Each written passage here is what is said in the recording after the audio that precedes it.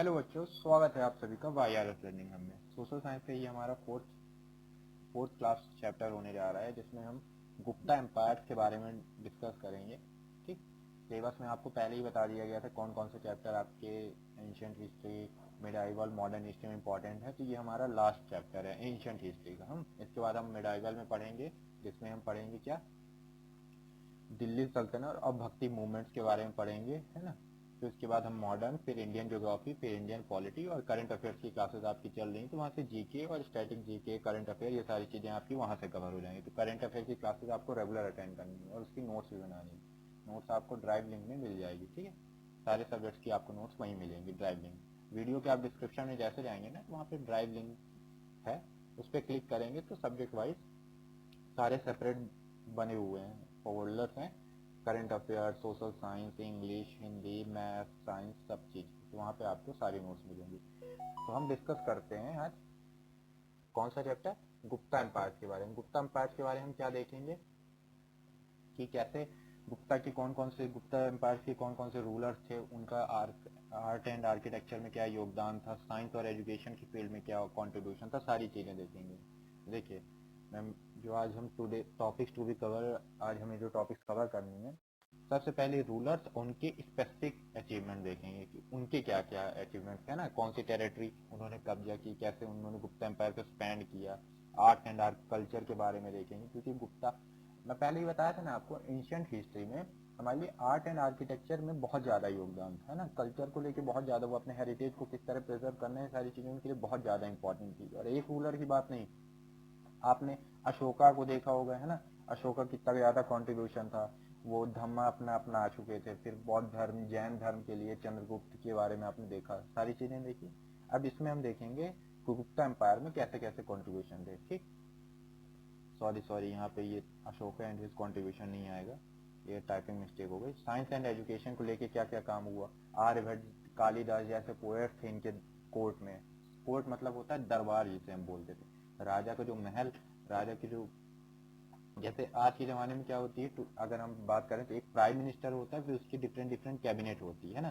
तो उसे क्या बोलते हैं, कैबिनेट अपन बोलते हैं, इस पूरे उसको मॉडर्न टाइम में कैबिनेट। उस टाइम पे कोर्ट बोला जाता था, किंग होता था, उनके अलग अलग विभागों, अलग अलग डिपार्टमेंट से संबंधित कौन होते थे, मंत्री होते थे। जैसे देखो, किंग है, अब वो सारे काम तो देख नहीं सकता है ना, पैसों के हिसाब करना, उसे रेवेन्यू से रिलेटेड, है ना, डिफेंस से रिलेटेड कोई काम है तो स्पेसिफिकली जो जो भी शख्स इस फील्ड से जुड़ा होता था, जैसे जैसे रेवेन्यू के बारे में अच्छी नॉलेज होती थी, उसकी अच्छी पकड़ होती थी, तो उसे वित्त विभाग दे दिया जाता था, रेवेन्यू मंत्री बना दिया जाता था। तो ऐसे सारी चीजें, मिनिस्ट्रीज को डिवाइड किया जाता था लोगों के अनुभव के आधार पर। तो साइंस एंड एजुकेशन को लेकर बहुत ज्यादा काम हुआ था उस टाइम पे, जो दरबार थे। आर्यभट्ट, कालिदास, आप लोगों को पता है कि आर्यभट्ट और कालिदास का कितना बड़ा रोल था। और लास्ट में 5 क्विक एमसीक्यूज देखेंगे, उसके बाद ये हमारे चैप्टर का पैटर्न रहता है, जो हम सारी चीजें डिस्कस करते हैं। सोशल साइंस आपका बहुत इजी कवर होगा, 20 में 20 क्वेश्चन आपको यहाँ से अटेम्प्ट करने हैं और 20 में से 20 क्वेश्चन सही भी करने हैं। ठीक, और गिव अवे से रिलेटेड एक सबसे बड़ी अनाउंसमेंट थी, वो आप जाके कम्युनिटी पोस्ट में पढ़ लीजिएगा। उसके लिए आपको चैनल को सब्सक्राइब करना है, वीडियो को लाइक करना है, वीडियो में कमेंट करना है। उसके बाद आपको 20 सैंपल पेपर, जो बहुत ही ज़्यादा आपके लिए इंपॉर्टेंट होने जाने वाले हैं। आपको पता है कि एक सैंपल पेपर में 100 एमसीक्यूज रहते हैं, 2000 एमसीक्यूज आपको मिलने वाले। डेफिनेटली इतना तो आप कॉन्फिडेंस रखो कि इसके बाहर से अब पेपर कहीं नहीं जाएगा। जो टीचर्स आपको जितने भी सब्जेक्ट की स्पेसिफिकली बता रहे हैं, उससे बाहर पेपर जाना ही नहीं है सीएचएस का। तो चलिए आइए हम अपन आगे बढ़ते हैं। ठीक, गुप्ता एम्पायर 320 से लेके 550 बीसी तक था। कब से लेके 320 से 550 बीसी तक। बताया था ना मैं, एंशिएंट हिस्ट्री में डेट्स आपके लिए सारी अप्रॉक्स रहती हैं। लेकिन जो हमारे लिए एक्यूरेट मानते हैं वो एनसीईआरटी को अपन देखते हैं, एनसीईआरटी में जो गिवन है वही अपन समझते हैं। फर्स्ट ऑफ ऑल क्या लिखा हुआ है, known as the golden age of India for remarkable achievement in art, science, literature and governance. इस टाइम को, जो गुप्ता एम्पायर का टाइम था, उसे गोल्डन एज ऑफ इंडिया, स्वर्णिम भारत, स्वर्णिम समय कहा जाता है भारत के लिए। क्यों? क्योंकि बहुत सारी अचीवमेंट थी, कला को लेके, विज्ञान को लेके, साहित्य को लेके, गवर्नेंस को लेके, है ना, सरकार संबंधित बहुत अच्छा, मतलब ऐसा समझो कि सब उस टाइम पे खुशहाल थे। ऐसा जीवन चल रहा था। जैसे देखो, जब आप हैप्पी मूड्स में रहते हो, ऐसा समझो, जब आप खुश हो, तो नहीं लगता सारी चीजें हमारे हिसाब से हो। जब हमारे हिसाब से सारी चीजें होती तभी तो हम खुश होते हैं। जैसे आपने मांगी क्रिकेट किट, या कोई भी ऐसा चीज मांग ली अपने पेरेंट्स से, वो आपको मिल गई, तो आपका मूड सही है, लग रहा है कि सारी चीजें मेरे हिसाब से हुई हैं। उस टाइम पे ऐसे इंडिया के लिए था, हर फील्ड में अपन तरक्की कर रहे थे, हर फील्ड में अपन आगे बढ़ रहे थे, कला विज्ञान कोई भी फील्ड, नए नए अचीवमेंट्स अपने को मिल रहे थे। इसे ये हमारे लिए इम्पोर्टेंट है ना, कि गुप्ता एम्पायर के पीरियड को क्या कहा जाता था, तो गोल्डन एज ऑफ इंडिया बोला जाता था। तो सर नेक्स्ट हम पढ़ते हैं रूलर्स, और स्पेसिफिकली उनकी अचीवमेंट्स पढ़ेंगे कि जो रूलर्स थे उन्होंने क्या क्या काम किया था। तो फर्स्ट है चंद्रगुप्त फर्स्ट। इनका रूल था कब से कब तक, 320 से लेके 335 बीसी तक। ठीक है, इतना रूल इन्होंने किया है। ये founder of the Gupta empire थे। सबसे पहले ये इंपॉर्टेंट है कि ये गुप्ता एम्पायर के फाउंडर थे। तो ये क्वेश्चन आ सकता है कि गुप्ता एम्पायर का फाउंडर कौन था, तो चंद्रगुप्त फर्स्ट, ये याद रखना है, चंद्रगुप्त बस नहीं लिखना है, चंद्रगुप्त फर्स्ट थे। इन्होंने declared independence from the Kushans and establish the Gupta dynasty. देखो मैं समझा देता हूँ, कुशान हमारे सिलेबस में है नहीं, तो इसलिए कुशान्स के बारे में हमें नहीं पढ़ना है, उसका ज्यादा लोड लेने की जरूरत नहीं। कुशान डायनेस्टी थी पहले, उससे इन्होंने विद्रोह किया, ठीक है, उससे युद्ध करने के बाद इन्होंने गुप्ता एम्पायर की स्थापना की और खुद को इंडिपेंडेंट घोषित कर दिया, बोल दिया कि हम कुषाण डायनेस्टी से अलग हैं और हम गुप्ता डायनेस्टी की स्थापना करते हैं। तो कुषाण के बाद कौन आए, गुप्ता आए। Married Kumar Devi a Licchavi princess, strengthening his rule politically and territorially. क्या था कि इनकी जो प्रिंसेस थी जिनसे वेडिंग हुई थी वो किससे हुई थी, कुमार देवी से हुई थी। वो एक लिच्छवी प्रिंसेस थी। देखो एक ना उस टाइम पे जो राजा थे ना, उनका शादी करने का ना बहुत मतलब एक रीजन होता था, पॉलिटिकल रीजन, आप ऐसा समझो। कैसा पॉलिटिकल रीजन होता था, वो क्या देखते थे कि कौन सा हमारा दुश्मन है या कौन बहुत ज्यादा पावरफुल है। जैसे कोई बहुत ज्यादा सपोज दैट हमसे ज्यादा पावरफुल, हमें लगता है कि वो है और हम नहीं जीत सकते, तो वो क्या करते थे, उसके साथ ना मैट्रिमोनियल अलायंस है ना, विवाह संबंध स्थापित करते थे। तो इससे क्या होता था, उनके साथ रिलेशनशिप डेवलप हो जाती थी। तो उनसे इनका खतरा, एक तो पहली बात ये डर नहीं रहता था कि इनसे कभी विवाद, हमारा युद्ध हो सकता है, और दूसरा ये भी रहता था कि अगर हमारा भविष्य में किसी और के साथ हमारे संबंध बिगड़ते हैं, तो वो उनके साथ हमारे अच्छे रिलेशनशिप हैं भाई, शादी हो गई है, तो अच्छे रिलेशनशिप डेवलप होने के बाद अब वहां से तो कोई डर रहेगा ही नहीं हमें। तो इसी तरह उन्होंने लिच्छवी प्रिंसेस से की थी, तो लिच्छवी लोगों की उनके अच्छे वो हो गए थे, और इन्हें टाइटल दिया गया था महाराजा धीराज का। एक होता है राजा धीराज, एक होता है महाराजा धीराज, मतलब होता है किंग ऑफ किंग्स, राजाओं के राजा। तो इनको टाइटल आपके लिए इंपॉर्टेंट है कि चंद्रगुप्त फर्स्ट को कौन सा टाइटल दिया गया था, तो महाराजा धीराज का दिया गया था। और इनकी अचीवमेंट क्या क्या थी, इन्होंने बहुत सारे एरिया, इसको 1 मिनट में इरेज कर देता हूँ।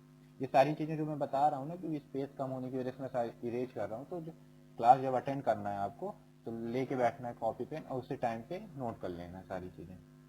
तो इनकी अचीवमेंट जो थी, इन्होंने बहुत सारे एरिया कवर किए थे, जैसे मगध, मगध का एरिया इन्होंने कवर किया था, प्रयाग, जिसका नाम इलाहाबाद हुआ था, फिर उसके बाद अब प्रयागराज के नाम से जाना जाता है।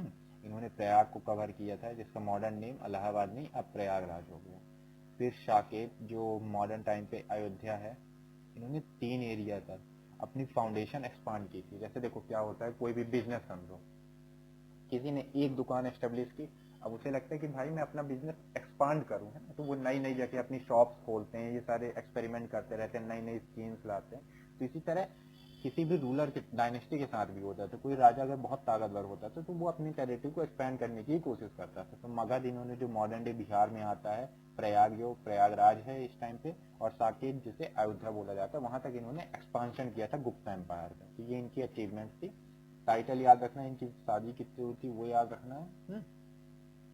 आगे बढ़े अब अपन, चलो अब आते हैं हम सेकंड रूलर के बारे में, जो है समुद्रगुप्त। समुद्रगुप्त ने कब से कब तक रूल किया, 335 से लेके 375 बीसी तक। ठीक, इन्होंने इतना रूल किया, 40 साल। ये नेपोलियन ऑफ इंडिया के नाम से जाने जाते थे। क्यों, क्योंकि ये मिलिट्री, जो इनकी मिलिट्री एक्सपांशन थी, सैन्य शक्ति थी, वो बहुत ज्यादा इंपॉर्टेंट थी, और इनकी टेक्निक्स भी अलग अलग थी, है ना, मिलिट्री इनको अचीवमेंट बहुत ज्यादा आए थे। तो इनका सबसे पहले जो अचीवमेंट था वो था मिलिट्री एक्सपेंशन। इन्होंने अपनी मिलिट्री कैंपेन बहुत ज्यादा किए थे सैन्य को, और इन्होंने नॉर्दर्न इंडिया, जैसे अपना इंडिया सपोज दैट कुछ ऐसा है ना, शेप में मत जाना, एक्चुअल में समझाने के लिए आपको बता रहा हूँ। ये नॉर्दर्न इंडिया, यहाँ पे इन्होंने 12 रूलर्स को हराया था नॉर्दर्न इंडिया के, ठीक। और इन्होंने 12 सदर्न रूलर्स को, जो साउथ में 12 रूलर्स को हराया था। सो समझ रहे हो, टोटल 24 तो यही हो गए। इतने रूलर्स को इन्होंने नॉर्थ डायरेक्शन और साउथ में हराया था। इन्होंने बहुत डेक्कन के एरिया में लंबा कैंपेन किया था, और जितने भी लोग थे ज्यादातर टेरिटरी को इन्होंने कब्जा किया था। मतलब जो एक तरीके से कहते हैं कि समुद्रगुप्त ने ही गुप्ता एम्पायर का रियल इन्वेजन किया था, रियल इन्वेड किया था। इन्वेड नहीं कहना सही नहीं होगा, एक्सपांड किया था एक तरीके से, ऐसे समझो। फिर पॉलिटिकल इंटीग्रेशन क्या था, इन्होंने incorporated defeated rulers as allies और ट्रिब्यूटरीज, स्ट्रेंथनिंग पॉलिटिकल यूनिटी। इन्होंने जो इनके रूलर थे उनको डिफीट किया था, जो अलाइज थे उनको हराया था, ट्रिब्यूटरीज थी उनको हराया था, और पॉलिटिकल एक स्ट्रेंथ दी थी पॉलिटिकल यूनिटी को। जो आसपास के छोटे मोटे राज्य थे उनको तो कब्जा किया ही किया था, और बड़े राज्यों में भी पैठ इन्होंने मजबूत की थी। A poet and musician depicted playing the veena on coins, promoted Sanskrit literature and Brahminical tradition, issued coins portraying him as a warrior or artist. सबसे पहले से समझिए, ये पोएट और म्यूजिशियन, इन्हें वीणा बजाना पसंद था, और ये संस्कृत लिटरेचर और ब्राह्मणिकल ट्रेडिशन को प्रमोट करते थे। और उस टाइम पे जो सिक्के जारी किए जाते थे ना, मैं बताया था ना आपको, अशोका के टाइम पे अपन देखे थे मौर्य एम्पायर में ही कि सिक्के का उस टाइम पे प्रचलन हो गया था। नहीं तो पहले बार्टर सिस्टम अपन देखते थे। वैदिक पीरियड में अपने क्या देखा था कि बार्टर सिस्टम चलता था, वस्तु विनिमय होता था। इंडस वैली में भी हमने यही देखा था। लेकिन फिर गुप्ता, मौर्य, इन एम्पायर्स में क्या हुआ था, सिक्कों का, पैसों का आदान प्रदान होने लगा था। मतलब वस्तु की जगह पैसे देते थे। तो जो सिक्के बनाए जाते थे उसमें समुद्रगुप्त को ना वॉरियर दिखाया गया था, और एक कला से प्रेरित शख्स दिखाया गया था, जिसे कला पसंद है, ऐसे इनके सिक्कों में झलक देखने को मिलती थी। ठीक है, सारी चीजें क्लियर है इसमें। चलो, समुद्रगुप्त। अब आते हैं अपन चंद्रगुप्त सेकंड के बारे में, जिसे विक्रमादित्य बोला जाता था। क्या बोला जाता था? विक्रमादित्य। और इन्होंने रूल किया था 375 से लेके 415 बीसी तक। ठीक। Peak of the Gupta empire, ये सबसे ज्यादा पीक पीक मतलब ऐसे समझो कि जब आदमी कोई अपने शिखर पे होता है, सबसे ज्यादा हाईएस्ट पॉइंट पे होता है, तो वो ये था जब चंद्रगुप्त सेकंड रूल कर रहे थे। उस टाइम पे टेरिटोरियल एक्सपांशन अच्छा था, इकोनॉमी बहुत अच्छी चल रही थी, और कल्चरल प्रॉस्पेरिटी भी थी पूरे राज्यों में। मिलिट्री एक्सपेंशन हुआ था। इन्होंने साकास को हराया था, जो वेस्टर्न साइड था ना इंडिया का, वहां पे साका रूलर होते थे, साकास, तो उनको हराया था इन्होंने। फिर उसके बाद इन्होंने गुजरात में कब्जा किया, मालवा सौराष्ट्र, जो महाराष्ट्र के एरिया है, मालवा और सौराष्ट्र, वहां भी इन्होंने कब्जा किया था। इन्होंने बहुत सारे पोर्ट्स कब्जे किए थे, है ना, जैसे बंदरगाह अपन बोलते हैं, बहरोज, सोपरा का, जिससे व्यापार हो सके। भाई जब बंदरगाह इनके पास आ गए तो ये व्यापार बहुत अच्छे से इनके राज्य में होने लगा। ठीक। इससे क्या हुआ, इनकी इकोनॉमी बहुत अच्छी आगे तक गई इकोनॉमी। फिर आता टाइटल विक्रमादित्य का। इन्हें जो टाइटल दिया गया था ना, वो विक्रमादित्य का दिया गया था, जिसका मतलब होता है सन ऑफ पावर। क्या होता है? Sun of power. ठीक। Patron of arts and literature, arts and literature से ये बहुत प्रभावित थे। Kalidas, one of India's greatest poets and playwrights, flourish in his court. इनके दरबार में कौन कौन था? एक मिनट, इसके बहुत महान महान लोग थे इनके दरबार में, तो उनके बारे में डिस्कस करने के लिए मुझे स्पेस तो चाहिए चाहिए, जिससे मैं आप लोगों को अच्छे से समझा पाऊँ। कालिदास जो थे बहुत अच्छे, मतलब महान पोएट थे हिंदी के। कालिदास के बारे में ऐसा कहा जाता है, बहुत बड़े पोएट थे और बहुत अच्छे अच्छे प्ले राइट्स लिखते थे। वो इनके दरबार में रहते थे। इनके यहाँ बहुत पढ़े लिखे स्कॉलर थे, जैसे अमर सिंह थे, है ना, जिन्हें ऑथर ऑफ अमरोक्ष थे। अमर सिंह के बारे में आपको याद रखना है, ठीक है ना। ये किस बुक के ऑथर थे, ये किस राइट के ऑथर थे? तो ये रो अम्र कोश, अमर कोश, ठीक है, इसके ये ऑथर थे। ये याद रखना है ना, एमसीक्यू में आ सकता है, तो फिर आप इधर उधर माइंड आपका होने लगे कि भाई ये कहाँ पे था। जो चीजें मैं आपको हाईलाइट कर दूं ना, जो इम्पोर्टेंट है, याद होना चाहिए, तो उसे एकदम नोट कर लेना। वारामिहिर, है ना, ऐसे पढ़े लिखे स्कॉलर थे। समझ रहे हो इनकी वैल्यू कितनी थी? बहुत ज्यादा नॉलेजफुल लोग थे ये लोग। और इन्होंने इनके एडमिनिस्ट्रेशन और ट्रेड नेटवर्क को बहुत ज्यादा आगे बढ़ाया था, एक्सेस किया था, जिससे इकोनॉमी इस टाइम पे बहुत अच्छी थी। जब कोई देश प्रसन्न होता है, सारी चीजें सही उसके साथ होती है, तो इकोनॉमी तो जाहिर सी बात है बढ़नी ही बढ़नी है, अच्छी होनी है इकोनॉमी उस राज्य। और जिस राज्य की इकोनॉमी अच्छी होती है, उस राज्य का राजा अच्छे से शासन कर सकता है, भय मुक्त। फिर आते हैं अपन कुमारगुप्त फर्स्ट के बारे में, जिन्होंने रूल किया था 415 से लेके 455 बीसी तक। इन्होंने नालंदा यूनिवर्सिटी की स्थापना की थी, जो उस टाइम पे रिनाउंड सेंटर, मतलब बहुत बड़ा विश्वविद्यालय है भारत का, विदेशों से वहां पढ़ने आते थे। आप बिलीव नहीं करोगे कि आज की जो मॉडर्न टाइम की यूनिवर्सिटीज आप हो गई, जेएनयू हो गई, आईआईटीज हो गई, एम्स जैसे इंस्टीट्यूट हो गए, बीएचयू हो गए, इससे भी ज्यादा इनका प्रचलन था। मतलब विदेश में, चाइना से उस टाइम पे, मतलब ऐसे समझ रहे हो, प्राचीन भारत में आते थे लोग चाइना से पढ़ने, और ये इंटरनल स्टेबिलिटी और प्रॉस्पेरिटी थ्रेट में थी। Issued numerous coin with depictions of Kartikeya the God of war. Kartikeya बहुत ज्यादा, जो इनके सिक्के उस टाइम पे प्रचलित थे, उसमें कार्तिकेय का सिंबल था, जिन्हें गॉड ऑफ, युद्ध का भगवान भी नाम से बोला जाता था।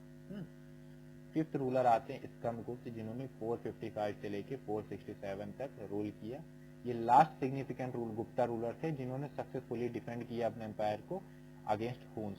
हुन जो थे, ये एक सेंट्रल एशियन नोमैडिक ट्राइब थी, हुन्स, है ना, उनसे इन्होंने बचा के रखा था लास्ट से। ठीक, उसके बाद अचीवमेंट थी इनकी, एडमिनिस्ट्रेटिव एफिशिएंसी अच्छी थी, फाइनेंशियल स्ट्रेन अच्छा था, और इनका रेंज इसलिए जाना जाता था, जो इनका कार्यकाल था, beginning of the empire decline. इनके बाद से ना फिर डिक्लाइन होने लगते थे, क्योंकि क्या होता था कि इन्वेड करने लगे थे। हुन एक बार अटैक किए तो चलो स्कंदगुप्त ने बचा लिया, दोबारा तिबारा हुआ, तो इस तरीके से एम्पायर वीक होता जा रहा था। जब आप बार बार युद्ध आपके ऊपर होता रहेगा तो आपको कैसे, सारे पैसे तो आपके युद्ध में खर्च हो जाएंगे। आई बात समझ में? चलो, अब अचीवमेंट इस आर्ट्स एंड कल्चर के बारे में पढ़ लेते हैं कि गुप्ता एम्पायर में क्या क्या चीजें हुई थी। सबसे पहले टेम्पल आर्किटेक्चर। टेम्पल, बहुत मंदिरें बहुत सुंदर सुंदर थी, जैसे हम हिंदू टेम्पल देखते हैं, और बहुत सारे ऐसे गुफाएं थी, जैसे दशवक्र टेम्पल थी देवगढ़ में, है ना, ये one of the earliest style temple थी, है ना, बहुत मतलब प्राचीन मंदिर था। ठीक है ना, ये याद रखना है। कौन से टेम्पल की बात हो रही है यहाँ पे? दशवात दशवात्र टेम्पल। ठीक है, फिर आते हैं उदयगिरी की गुफाएं, है ना, जो रॉक आउट टेम्पल थी, डिपेक्टिंग हिंदू माइथोलॉजी के हिसाब से रॉक आउट टेम्पल है, गुफा थी उदयगिरी की। और development of Shikhar style temples भी है।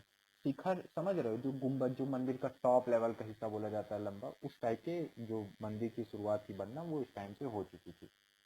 स्कल्पचर्स और पेंटिंग भी बहुत फेमस थी, जैसे आप अजंता की केव जानते होगे, जो महाराष्ट्र में है, ये याद रखना, अजंता की केव कहाँ है? महाराष्ट्र में। Murals depicting stories from the Jataka caves, masterpiece of Indian fresco art.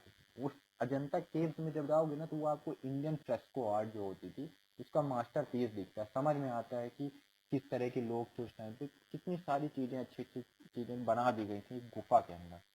Mathura और सारनाथ स्कूल ऑफ आर्ट पता ही होगा आपको, मथुरा और सारनाथ में है।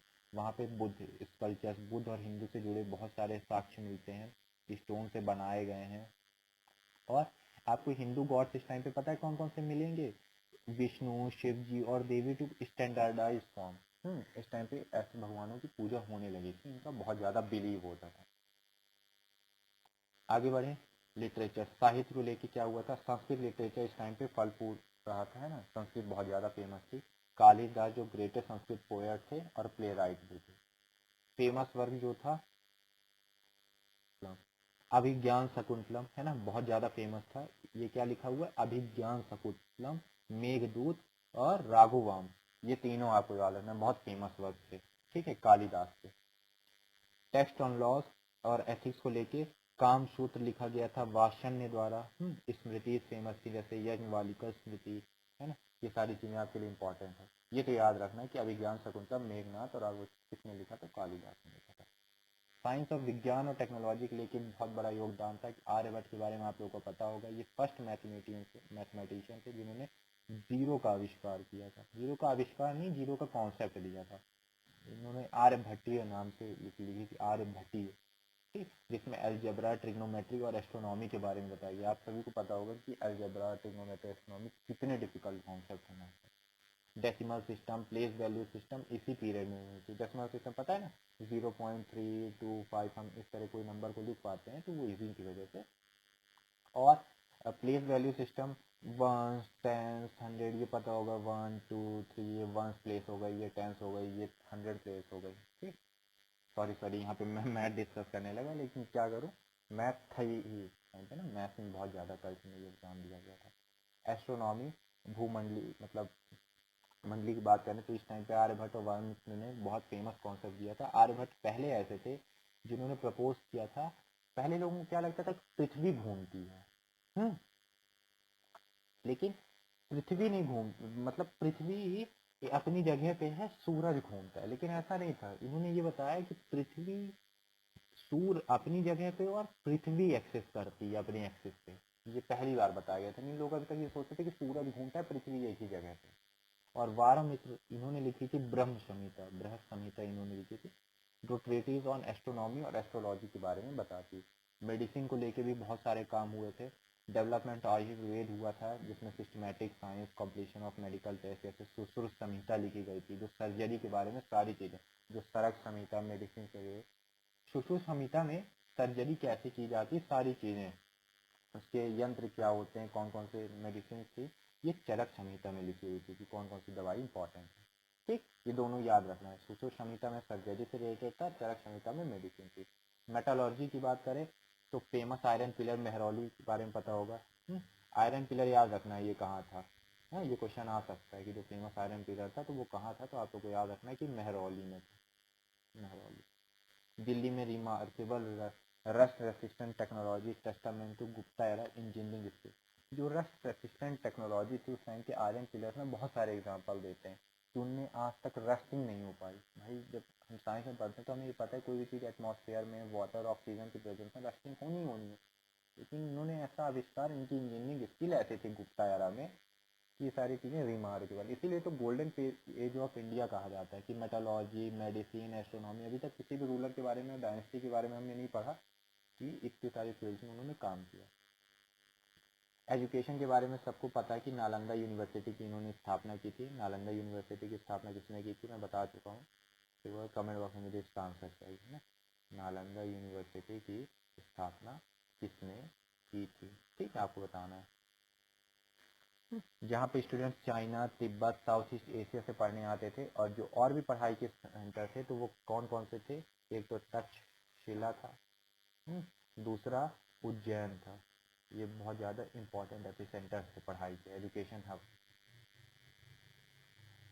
अब आगे बढ़ते हैं, अपना जो हमारा लास्ट पार्ट है आज का एमसीक्यू, जिसमें हम सारी एमसीक्यू डिस्कस करेंगे। आप लोगों को पता होगा कि किस तरीके से चीज़ें देखी गई थी।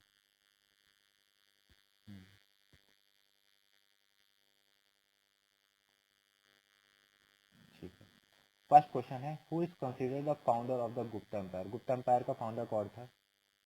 चंद्रगुप्त था कि समुद्रगुप्त, चंद्रगुप्त सेकंड की स्कंदगुप्त, जल्दी बताइए। तो गुप्ता एम्पायर का फाउंडर था चंद्रगुप्त। कौन था, चंद्रगुप्त सेकंड गुप्ता एम्पायर के फाउंडर थे।